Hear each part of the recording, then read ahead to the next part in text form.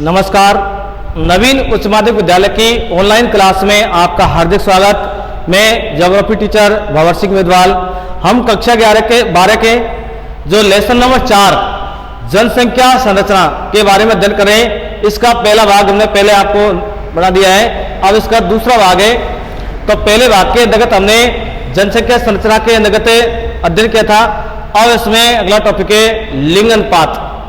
तो देखिए, सबसे पहले लिंग अनुपात क्या होता है। तो किसी दी गई जनसंख्या में प्रति 1000 पुरुषों पर स्त्रियों की जनसंख्या, किसी दी गई जनसंख्या में प्रति 1000 पुरुषों पर स्त्रियों की संख्या, या किसी दी गई जनसंख्या में स्त्री व पुरुषों की संख्या के मध्य का अनुपात लिंग अनुपात कहलाता है। किसी दी गई जनसंख्या में स्त्री व पुरुषों की जनसंख्या के मध्य का अनुपात लिंग अनुपात कहलाता है। तो देखिए, लिंग अनुपात किसे कहते हैं। किसी दी गई जनसंख्या में, किसी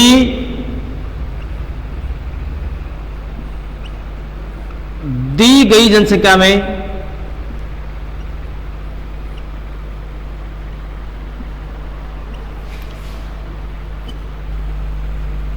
किसी दी गई जनसंख्या में प्रति 1000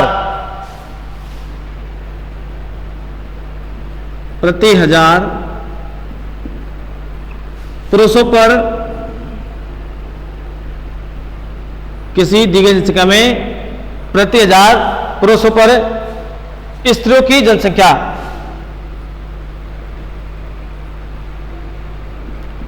स्त्रियों की जनसंख्या लिंग अनुपात कहलाता है।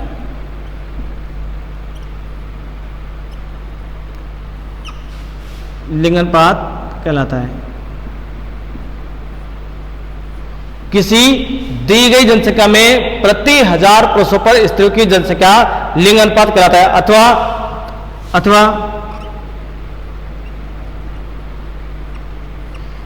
दी गई जनसंख्या में, दी गई जनसंख्या में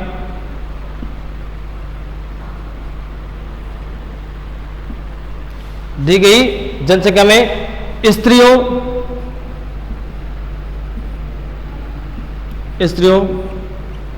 व पुरुषों,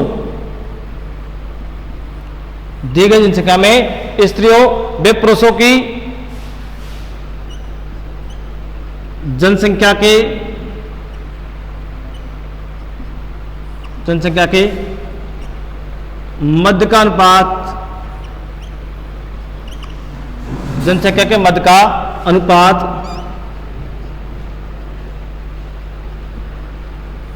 लिंग अनुपात कहलाता है।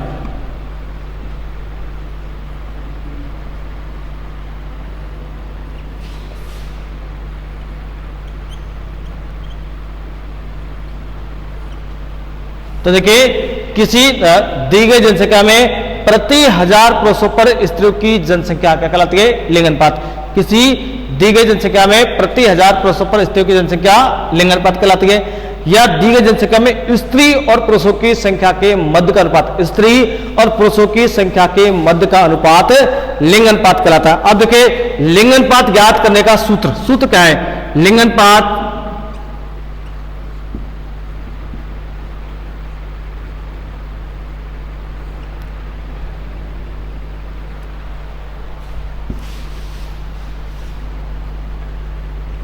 लिंग अनुपात ज्ञात करने का सूत्र।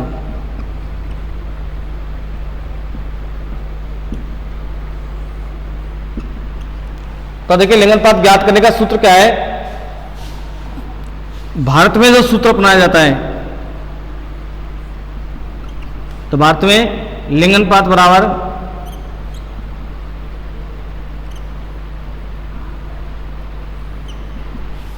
स्त्रियों की जनसंख्या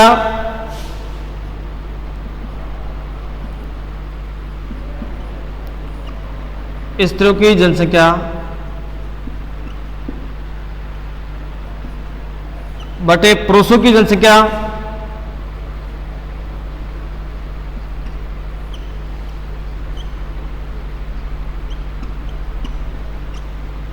स्त्री की जनसंख्या पुरुषों की जनसंख्या गुणा 1000। स्त्रियों की जनसंख्या बटे पुरुषों की जनसंख्या इंटू 1000। तो देखिए इसका मतलब होता है प्रति 1000 पुरुषों पर स्त्रियों की जनसंख्या, प्रति 1000 पुरुषों पर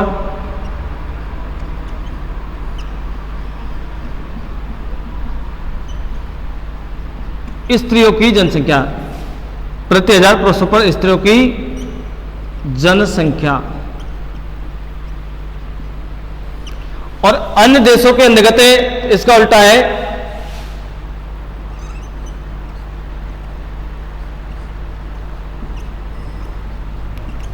अन्य देशों में लिंगानुपात बराबर पुरुषों की जनसंख्या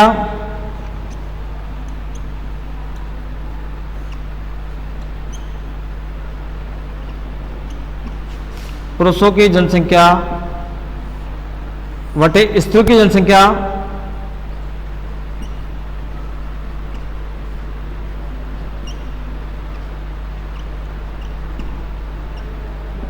पुरुषों की जनसंख्या बटे स्त्रियों की जनसंख्या इंटू 1000।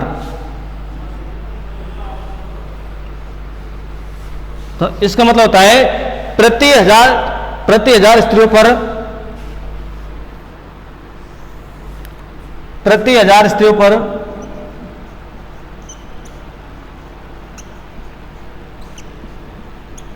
प्रति 1000 स्त्रियों पर पुरुषों की जनसंख्या, प्रति 1000 स्त्रियों पर पुरुषों की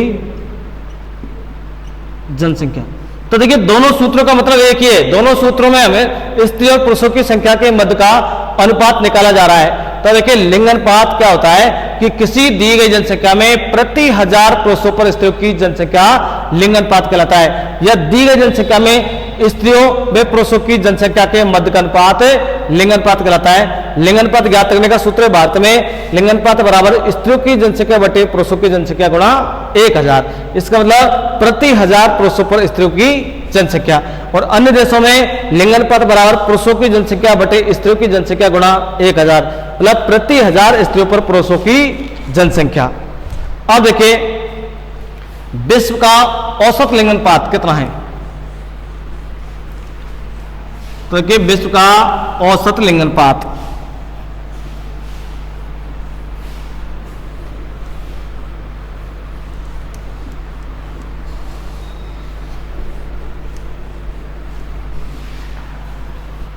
तो देखिए विश्व का औसत लिंगानुपात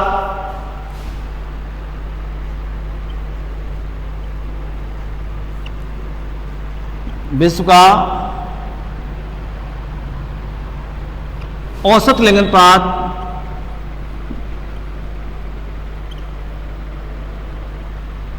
बराबर 985। ये 2004 के अनुसार है, 985 2004 के अनुसार।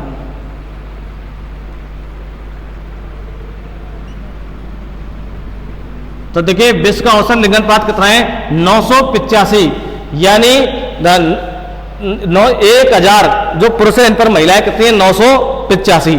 और विश्व में सबसे अधिकतम लिंगानुपात, विश्व में सबसे अधिक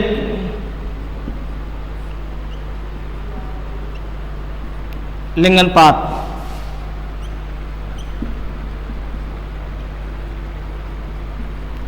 तो देखिए विश्व के अंतर्गत है जो सबसे अधिकतम लिंगानुपात पाया जाता है, सबसे अधिक है लेटविया में, लेटविया।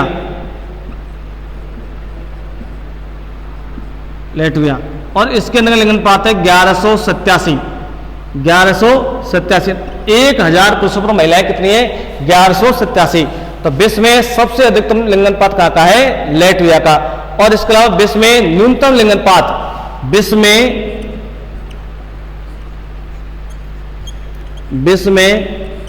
निम्नतम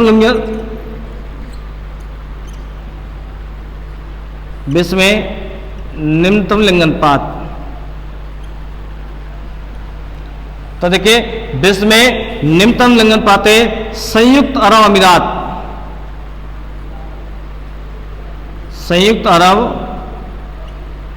अमीरात। विश्व में न्यूनतम लिंग अनुपात है संयुक्त अरब अमीरात का, इसका है 468। 1000 पुरुषों पर महिलाएं कितनी है? 468। अब 2011 के अनुसार भारत का औसत लिंग अनुपात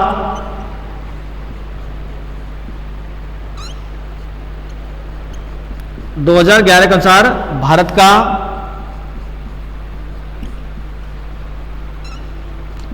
औसत लिंग अनुपात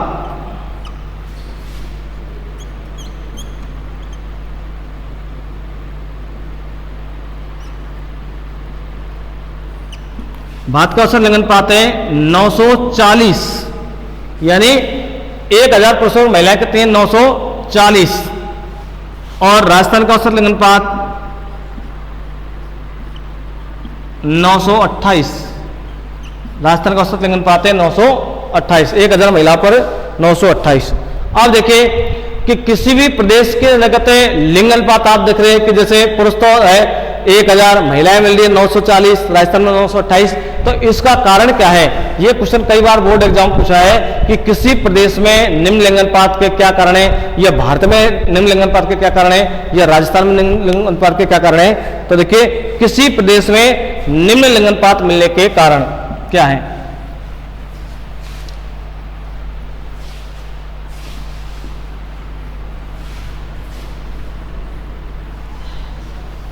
किसी प्रदेश में निम्न लिंग अनुपात मिलने के कारण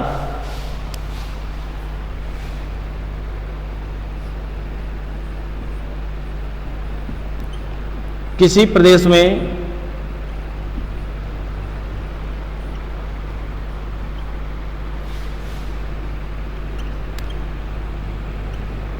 निम्न लिंग अनुपात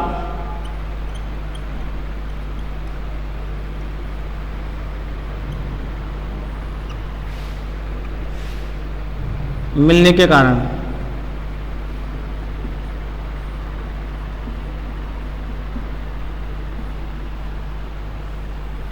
तो देखिए किसी देश या प्रदेश में निम्न लिंग अनुपात मिलने के क्या कारण है?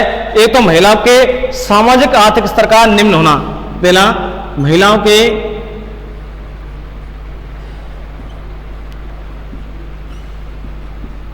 के सामाजिक आर्थिक स्तर का निम्न होना।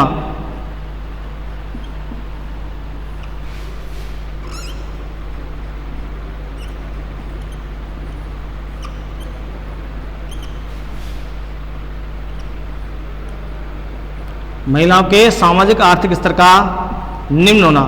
तो देखिए जिन देशों के अंदर महिलाओं की आर्थिक सामाजिक स्थिति निम्न पाई जाती है, समाज में उच्च स्थान नहीं मिलता है, तो वहां पर हमेशा लिंग अनुपात कम मिलता है। अब कन्या भ्रूण हत्या,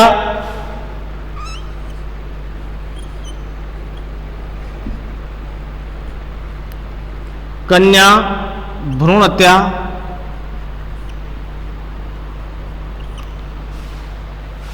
तथा बालिका शिशु हत्याओं की घटनाओं का अधिक मिलन, तथा बालिका शिशु हत्याओं की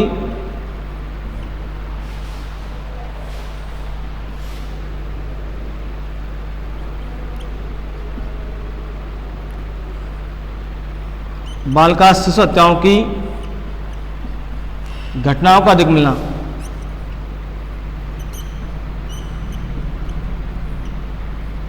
बालिका शिशु हत्याओं की घटनाओं का अधिक मिलना।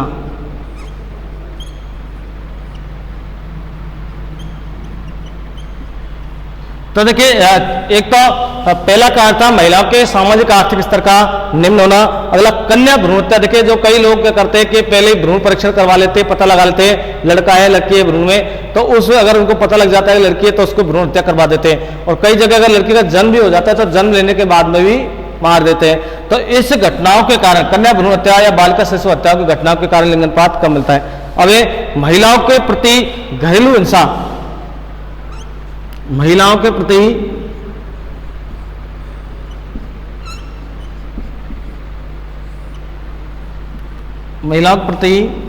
घरेलू हिंसा,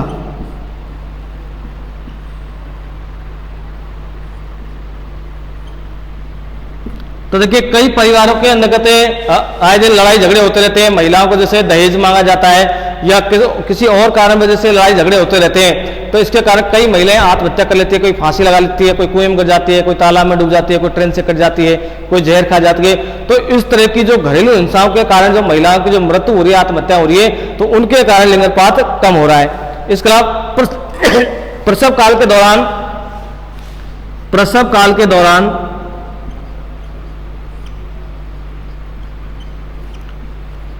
के दौरान महिलाओं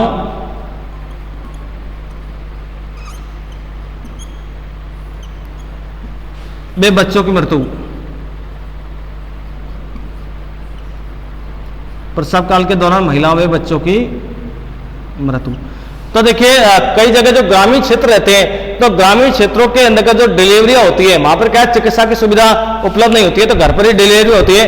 तो चिकित्सा सुविधा के अभाव में कई बार जो महिलाएं हैं वो मर जाती है, या जो जन्म लेने वाला बच्चा है या बच्ची है वो मर जाता है। तो आजकल तो खैर सुधार आ रहा है, वर्तमान में जो ग्रामीण क्षेत्रों के अंतर्गत सुविधा दी जा रही है, जैसे जननी सुरक्षा योजना है, 104 नंबर गाड़ी है, 108 नंबर गाड़ी है, ये गाड़ियां गांव में पहुंचा दी जाती है और उनके माध्यम से अस्पतालों में पहुंचा दिया जाता है। लेकिन अब से जो 10-20 साल पहले की जो हालत ये थी कि ग्रामीण क्षेत्रों के अंतर्गत चिकित्सा सुविधा नहीं होती थी, और कई जगह जो रूढ़िवादी परंपरा के कारण भी आप मान सकते हैं, तो इस कारण से डिलीवरियां घरों पर ही होती थी। तो इसके डिलीवरियां जब घरों पर होती तो चिकित्सा सुविधा के अभाव में महिलाएं मर जाती थी, बच्चे मर जाते थे, तो इसके कारण लिंग अनुपात प्रतिकूल हो जाता है। और विकासशील देशों में महिलाओं को समाज में गौण स्थान है। देखिए आपको पता है कि जैसे आप भारत जैसे देश है, भारत जैसे देशों के अंदर जो महिलाओं पर पाबंदी लगाई जाती है, जैसे कि आप परिवार में आप सामाजिक परिवार देखते हैं कि घूंघट निकालना है, ज्यादा आवाज में नहीं बोलना है, या किस तरह के आपको बिल्कुल दबाव में रखा जाता है अपने जो विकासशील देशों के अंतर्गत। जबकि देखिए विकसित देशों के अंतर्गत महिलाएं बिल्कुल खुले रहती है, कोई इस तरह का दबाव नहीं रहता है। एक अकेली विदेशी महिला इंडिया के अंतर्गत अकेली आकर घूम जाती है, जबकि आप देखिए इंडिया की अगर महिला एक मार्केट में भी जाएगी तो एक को साथ में लेकर जाएगी, क्योंकि वो शुरू से उसके परिवार में दबाव बना रहता है। अगर कोई लड़की घर से बाहर जाती है तो उस पर 4 क्वेश्चन खड़े हो जाते हैं। तो कहने का मतलब ये मेरा ये है कि जो अपने जैसे सामाजिक स्थिति है, उस सामाजिक स्थिति के अंतर्गत महिलाओं पर दबाव बनाए रखता है। तो कई महिलाएं किसी भी जैसे कोई भी उन पर जो अपराध हो जाता है, कभी रास्ते में आते हैं, किसी कोई छेड़छाड़ खाने की जो घटनाएं हो जाती है, तो वो महिलाएं क्या करती है या बच्चियां होती है, तो वो अपनी बात को सामने नहीं रख सकती अपनी बदनामी की वजह से, और आत्महत्याएं कर लेती है। जबकि विकसित देशों के अंदर ऐसी कोई बात नहीं। विकसित देशों के अंदर जो भी होता है वो बिल्कुल ओपन होता है, मतलब सबको जो घटना उसका पता कर देती है महिलाएं। तो सामाजिक दबाव के कारण जो घटनाएं होती है, तो देखिए विकासशील देशों में महिलाओं को समाज में, विकासशील देशों में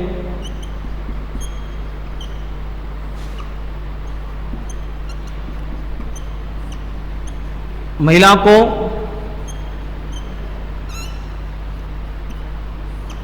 समाज में गौण स्थान प्राप्त है।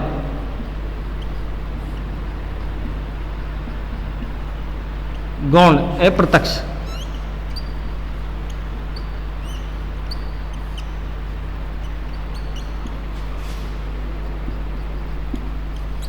आप देखिए गौण अप्रत्यक्ष स्थान प्राप्त किस प्रकार से। आप देखिए यदि कोई महिला है और उस महिला का हस्बैंड मर जाता है, विधवा हो जाती है, तो उसका आपको पता है कि कई परिवारों के अंदर तो ऐसा होता है कि उसको जिंदगी तक कहीं उसकी दोबारा शादी नहीं होती है, पूरी जिंदगी तक उसको घर पर रहना पड़ता है, सफेद कपड़े पहनने पड़ते हैं, इस तरह की घटनाएं होती थी पहले। लेकिन आप देखिए अगर कोई ऐसा होता है कि यदि कोई व्यक्ति है और उसकी पत्नी मर जाती है, तो क्या कोई व्यक्ति वो जिंदगी तक सफेद कपड़े पहनता है क्या, या ऐसा है कि वो जिंदगी तक अपनी शादी नहीं करे, ऐसा रहता है क्या? तो इसका मतलब है कि पुरुषों पर तो पाबंदी नहीं है, महिलाओं पर पाबंदी ज्यादा है। तो इस गौण स्थान प्राप्त है, जिससे यहां मृत्यु दर उच्च होने के कारण, जिससे मृत्यु दर उच्च होने के कारण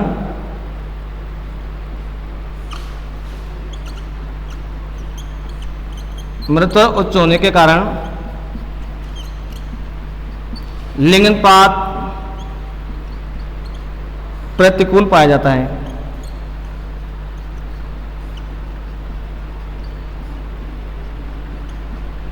तो देखिए ये जो क्वेश्चन है कि किसी प्रदेश में निम्न लिंगानुपात के कारण, ये क्वेश्चन कई बार बोर्ड एग्जाम पूछा है, इसको अलग अलग तरीके से पूछा। जैसे भारत में लिंगानुपात कम होने के कारण क्या है, विश्व में कम लिंगानुपात होने के कारण क्या है, राजस्थान में क्या, तो लगभग मिलते जुलते पॉइंट है। तो देखिए महिलाओं के सामाजिक आर्थिक स्तर का निम्न होना, कन्या भ्रूण हत्या तथा बाल का शिशु हत्याओं की घटनाओं का अधिक मिलना, महिलाओं के प्रति घरेलू हिंसा, प्रसव काल यानी डिलीवरी के दौरान महिलाओं में बच्चों की मृत्यु, विकासशील देशों में महिलाओं को समाज में गौण यानी अप्रत्यक्ष स्थान प्राप्त है, जिससे मृत्यु दर उच्च होने के कारण लिंगानुपात प्रतिकूल पाया जाता है।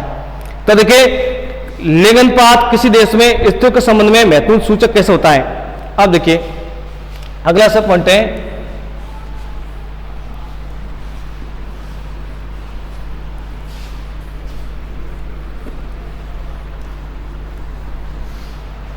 लिंगानुपात किसी देश में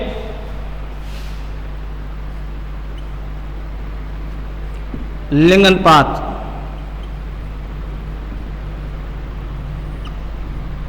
किसी देश में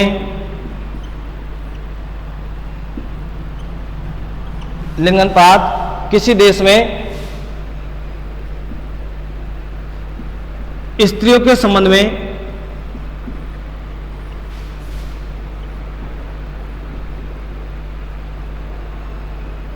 लिंगानुपात किसी देश में स्त्रियों के संबंध में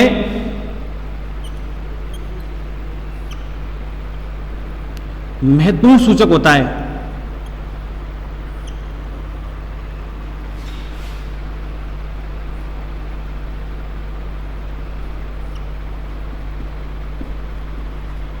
महत्वपूर्ण सूचक होता है। तो देखिए मैं आपको कई बता चुका हूं पहले कि इस लेसन के अंदर से 1 या 2 नंबर क्वेश्चन आता है, तो इस तरह से क्वेश्चन को उठाकर दे दिया कि लिंगानुपात किसी देश में स्त्रियों के संबंध में महत्वपूर्ण सूचक होता है क्यों, यानी लिंगानुपात किसी देश में स्त्रियों के संबंध में महत्वपूर्ण सूचक क्यों होता है। तो देखिए जिन देशों एवं प्रदेशों में लिंगानुपात अनियंत्रित होता है तो वहां लिंगानुपात निश्चित रूप से प्रतिकूल होता है। लिंगानुपात अनियंत्रित होता है, पता नहीं है कि लड़के कितने हैं लड़कियां कितनी है, तो वहां पर लिंगानुपात निश्चित रूप से प्रतिकूल होता है। और जहां पर लिंगानुपात प्रतिकूल होता है तो उन क्षेत्रों के अंदर जैसे कन्या भ्रूण हत्या है, स्त्रियों के प्रति घरेलू हिंसा है, इस तरह की घटनाओं का अधिक मिलता है, समाज में स्तर निम्न होना। तो आपको पता है कि जिन क्षेत्रों के अंतर्गत लिंगानुपात कम मिलता है तो उन लिंगानुपात कम मिलने के कारण आप इससे पहले पता लगा सकते हैं कि अगर किसी क्षेत्र के अंदर लिंगानुपात कम है तो वहां पर कन्या भ्रूण हत्याएं, महिलाओं को समाज में निम्न स्तर प्राप्त होना, महिलाएं जो घटना मतलब महिलाओं के प्रति हिंसा की घटनाएं, इस तरह की घटनाएं मिलती है। तो इस प्रकार से लिंगानुपात किसी भी देश में स्त्रियों के संबंध में महत्वपूर्ण सूचक होता है। और अगर किसी देश के अंदर लिंगानुपात अनुकूल है, यानी जितनी महिलाएं उतने पुरुष है या जितने पुरुष उतनी महिलाएं, तो इससे ये पता चलता है कि इस देश के अंतर्गत जो महिलाओं की स्थिति है वो शिक्षा का स्तर, चिकित्सा का स्तर, रोजगार का स्तर और महिलाओं की सामाजिक स्थिति, वो सारी सुविधाएं अच्छी है। तो देखिए जिन देशों एवं प्रदेशों में जिन देशों एवं प्रदेशों में जिन देशों एवं प्रदेशों में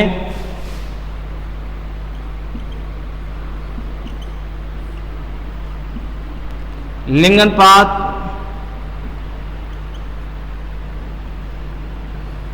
अनियंत्रित होता है,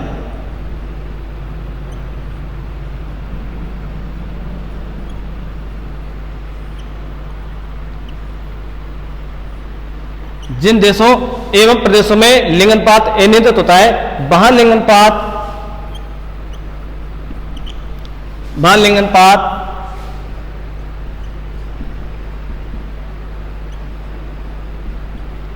लिंगानुपात निश्चित रूप से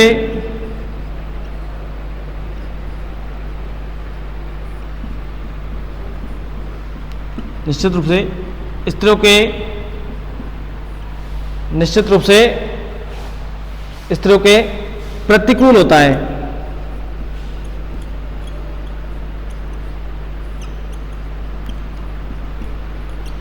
निश्चित रूप से स्त्रियों के प्रतिकूल होता है। ऐसे क्षेत्रों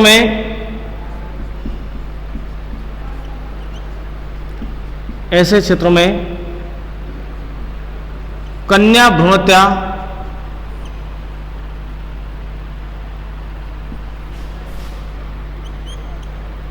ऐसे क्षेत्रों में कन्या भ्रूण हत्याएं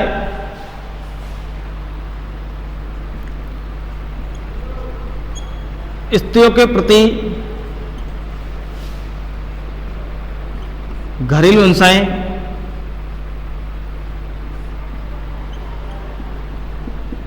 स्त्रियों के प्रति घरेलू हिंसाएं अधिक मिलती है।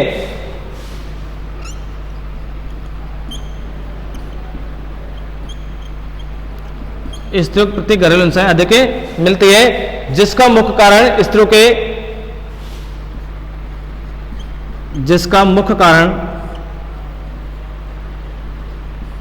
स्त्रियों के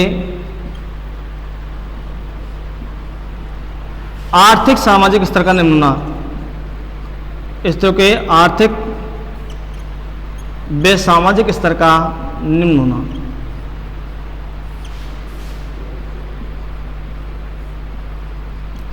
स्त्रियों के आर्थिक व सामाजिक स्तर का निम्न होना। अब देखिए, इसमें मैंने आपको ये पॉइंट लिखा है कि लिंग अनुपात किसी देश में स्त्रियों के संबंध में महत्वपूर्ण सूचक कैसे होता है। लिंग अनुपात स्त्रियों के संबंध में, तो देखिए कि जिन देशों के अंतर्गत लिंग अनुपात प्रतिकूल होता है, प्रतिकूल यानी महिलाओं की संख्या कम होती है, तो वहां पर आपको कन्या भ्रूण हत्याएं, स्त्रियों के प्रति घरेलू हिंसाएं अधिक मिलती है और उनकी सामाजिक आर्थिक स्थिति निम्न मिलती है। और अगर किसी देश के अंतर्गत लिंग अनुपात अनुकूल होता है, जितनी महिलाएं उतने पुरुष है, अनुकूल है, तो वहां पर जो स्त्रियों की स्थिति है वो अच्छी मिलेगी। वहां आपको कन्या भ्रूण हत्याएं, बालिका हत्याएं, महिला के प्रति घरेलू हिंसाएं, सामाजिक आर्थिक स्तर का निम्न होना, इस तरह की घटनाएं नहीं मिलेगी। तो इस प्रकार से लिंग अनुपात स्त्रियों के संबंध में महत्वपूर्ण सूचक होता है। अब देखिए, ये इससे रिलेटेड क्वेश्चन था ये कि जैसे कि किसी प्रदेश में लिंग अनुपात कम होने के कारण क्या है। अब इसी से बिल्कुल सेम मिलता जुलता है कि भारत में लिंग अनुपात कम होने के कारण, मैंने अभी आपको थोड़ी पहले बताया कि लिंग अनुपात कम होने के कारण, तो भारत में लिंग अनुपात कम होने के कारण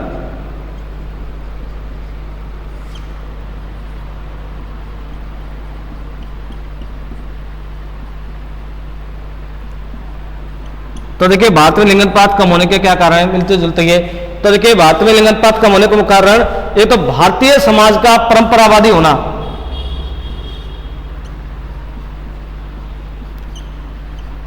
भारतीय समाज का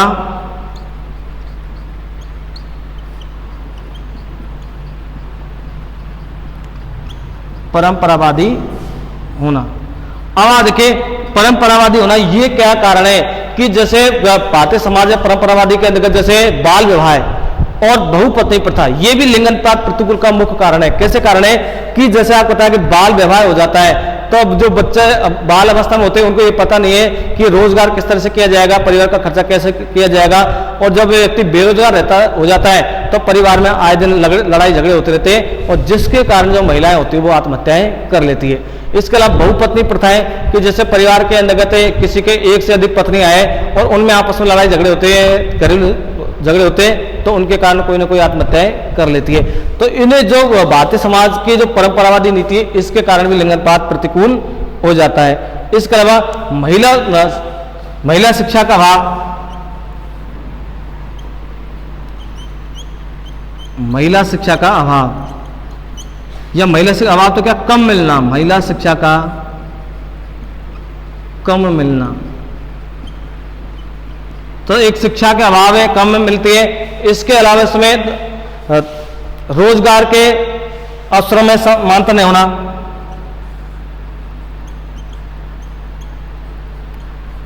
रोजगार के अवसरों में समानता नहीं होना,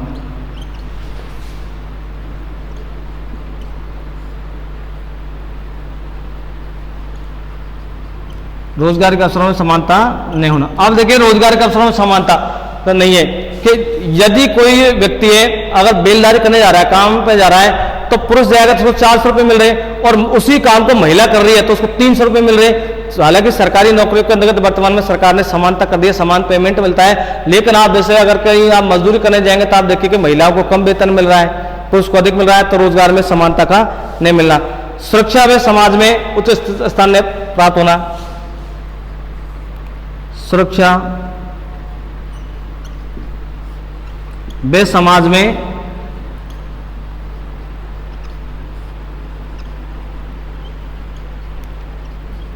उचित स्थान नहीं मिलना,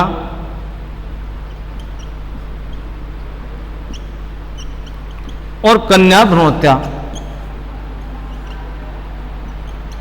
कन्या भ्रूण हत्या। तो ये बात में लिंग अनुपात कम होने के कारण है कि भारतीय समाज का परंपरागत होना, महिला शिक्षाओं का अभाव और रोजगार के अवसरों में समानता नहीं होना, सुरक्षा में समाज में उचित स्थान नहीं मिलना और कन्या भ्रूण हत्याएं होना, इस तरह ये भारत में लिंग अनुपात कम होने के कारण है। अब महिलाओं को अगला पॉइंट इसमें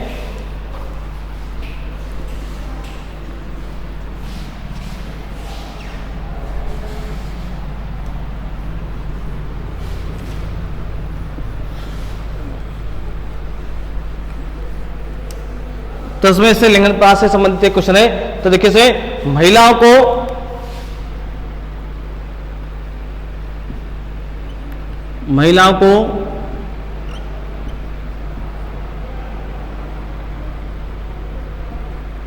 पुरुषों की तुलना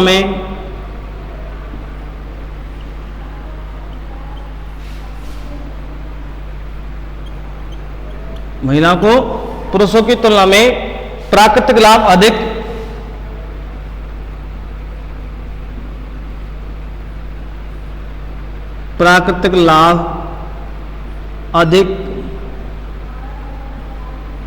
महिलाओं को पुरुषों की तुलना में प्राकृतिक लाभ अधिक एवं सामाजिक हानि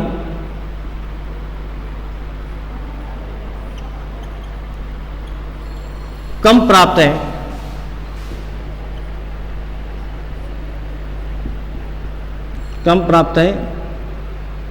इसका क्या कारण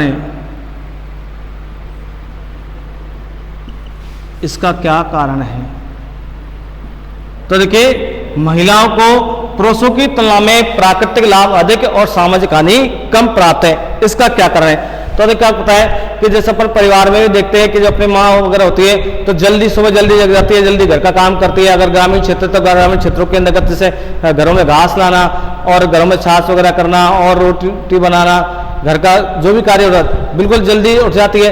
पहले तो ग्रामीण क्षेत्रों के अंतर्गत तो ये स्थिति थी, जब चक्की नहीं थी तो घरों में आटा पीसा जाता था चक्की से 4 बजे जग के, और शाम को लेट तक सोती है। दिन में भी खेतों में वगैरह काम करते हैं और पुरुष होते थे, पुरुष घर में कम काम करते हैं।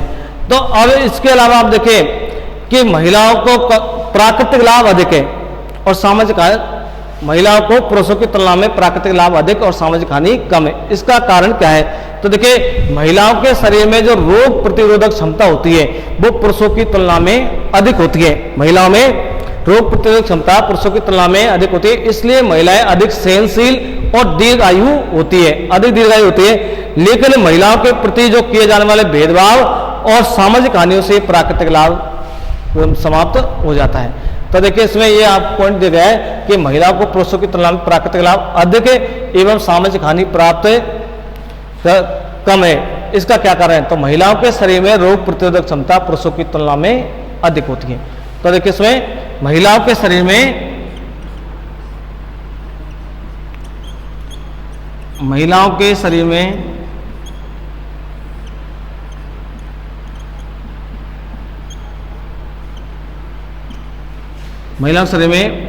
पुरुषों की तुलना में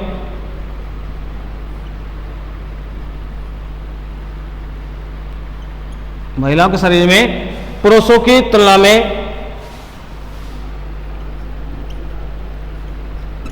रोग प्रतिरोधक क्षमता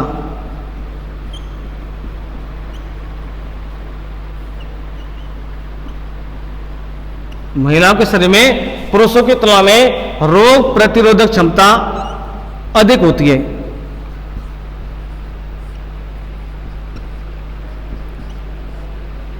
महिलाओं के शरीर में पुरुषों की तुलना में रोग प्रतिरोधक क्षमता अधिक होती है, जिसके कारण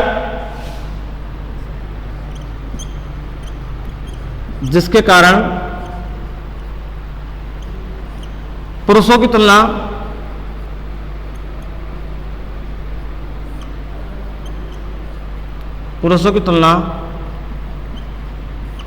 अधिक सहनशील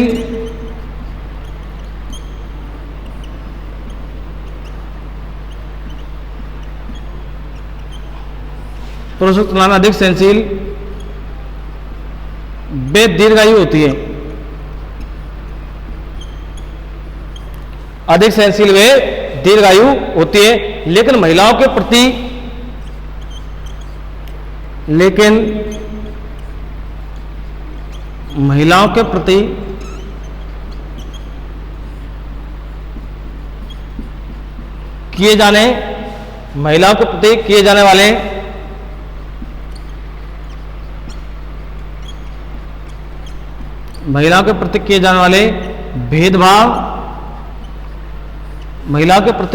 किए जाने वाले भेदभाव वे सामाजिक हानियों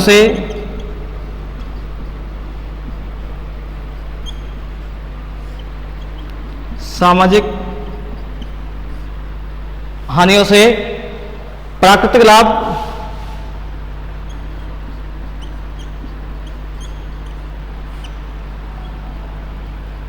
समाप्त हो जाता है। प्राकृतिक लाभ समाप्त हो जाता है। तो देखिए, महिलाओं के शरीर में जो रोग प्रतिरोधक क्षमता होती है पुरुषों की तुलना में अधिक होती है, लेकिन महिलाओं के प्रति किए जाने वाले घरेलू हिंसा के कारण ये जो क्षमता है वो समाप्त हो जाती है। अब लिंग संरचना के दौरान प्रकट की जाने वाली विश्व जनसंख्या की विशेषताएं।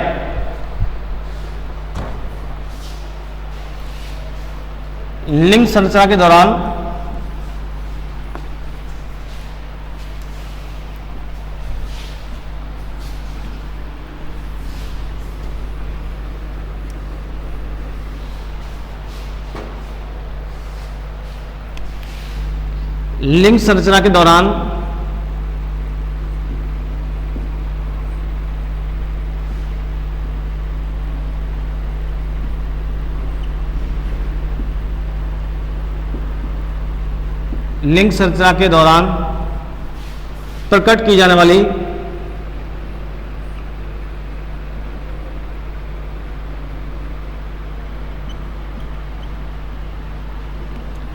लिंग संरचना के दौरान प्रकट की जाने वाली विश्व जनसंख्या की विशेषताएं।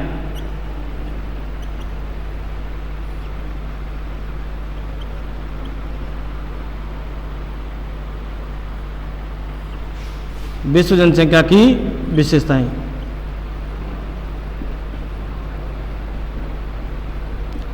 तो लिंग संरचना के दौरान प्रकट की जाने वाली वैश्विक जनसंख्या की विशेषताएं। तो देखिए, लिंग संरचना में जनसंख्या क्या विशेषता है? तो देखिए, लिंग संरचना के द्वारा संबंधित राष्ट्र की स्त्री व पुरुषों की संख्या का पता चलता है। लिंग संरचना के द्वारा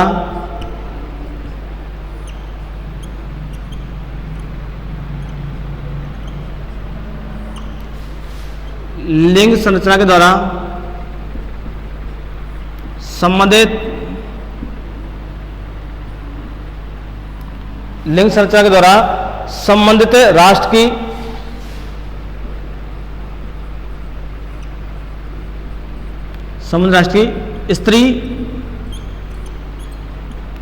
व पुरुषों की संख्या का पता चलता है।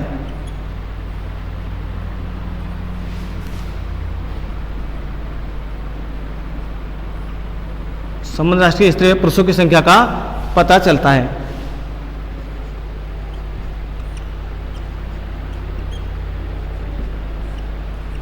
तो लिंग संरचना के द्वारा पता चलता है कि कितनी तो महिलाएं और कितनी पुरुष है। इसके अलावा निम्न, मध्यम में उच्च आयु वर्ग में होने वाले परिवर्तनों की स्थिति का पता चलता है। निम्न, मध्यम व उच्च आयु वर्गों में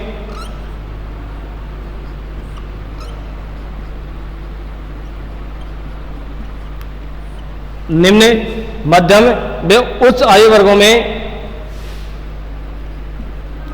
होने वाले परिवर्तनों का पता चलता है।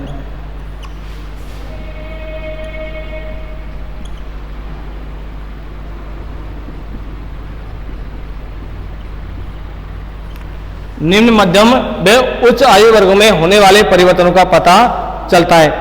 और लिंग संरचना के माध्यम से प्रजनन दर का पता चलता है। लिंग संरचना के माध्यम से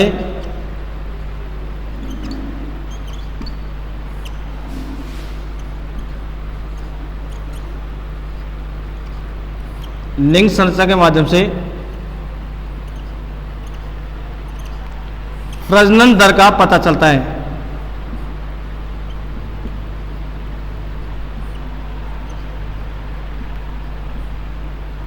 लिंग संरचना के माध्यम से प्रजनन दर का पता चलता है। अगला इसमें राष्ट्र के विकसित व अविकसित होने का पता चलता है। राष्ट्र के विकसित व अविकसित होने का पता चलता है।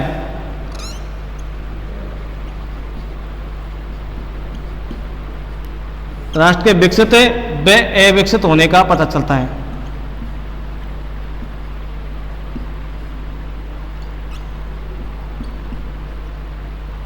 राष्ट्र के विकसित व अविकसित होने का पता चलता है।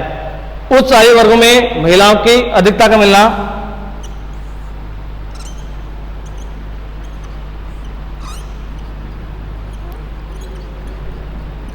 उच्च आयु वर्गों में महिलाओं की अधिकता मिलना,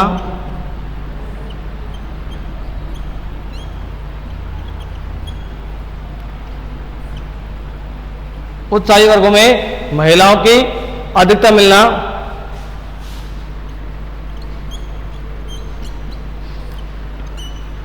उच्च जीवन प्रत्याशा को दर्शाता है।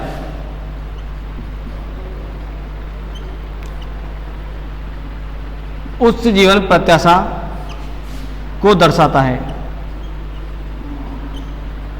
आप बताया देखिए कि अगर 65 वर्ष से अधिक महिलाएं ज्यादा मिलेंगी, उच्च आयु और महिलाएं ज्यादा है, तो अब उससे पता चला कि उनका रहन सहन का खान पान का स्तर अच्छा है। किसी राष्ट्र या क्षेत्र के किसी राष्ट्र या क्षेत्र के किसी राष्ट्र या क्षेत्र के सामाजिक आर्थिक किसी राष्ट्रीय क्षेत्र के सामाजिक आर्थिक व सांस्कृतिक दशाओं का पता चलता है।